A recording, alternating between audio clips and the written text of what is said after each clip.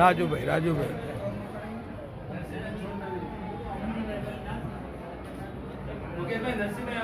આવી ગયા એટલે જ મેં વિડીયો ચાલુ કર્યો.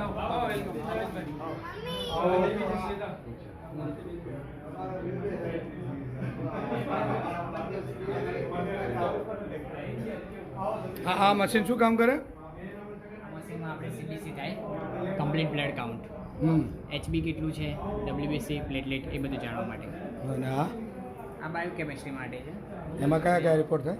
લિપિડ પ્રોફાઇલ છે, કિડની પ્રોફાઇલ છે, એ બધું થાય.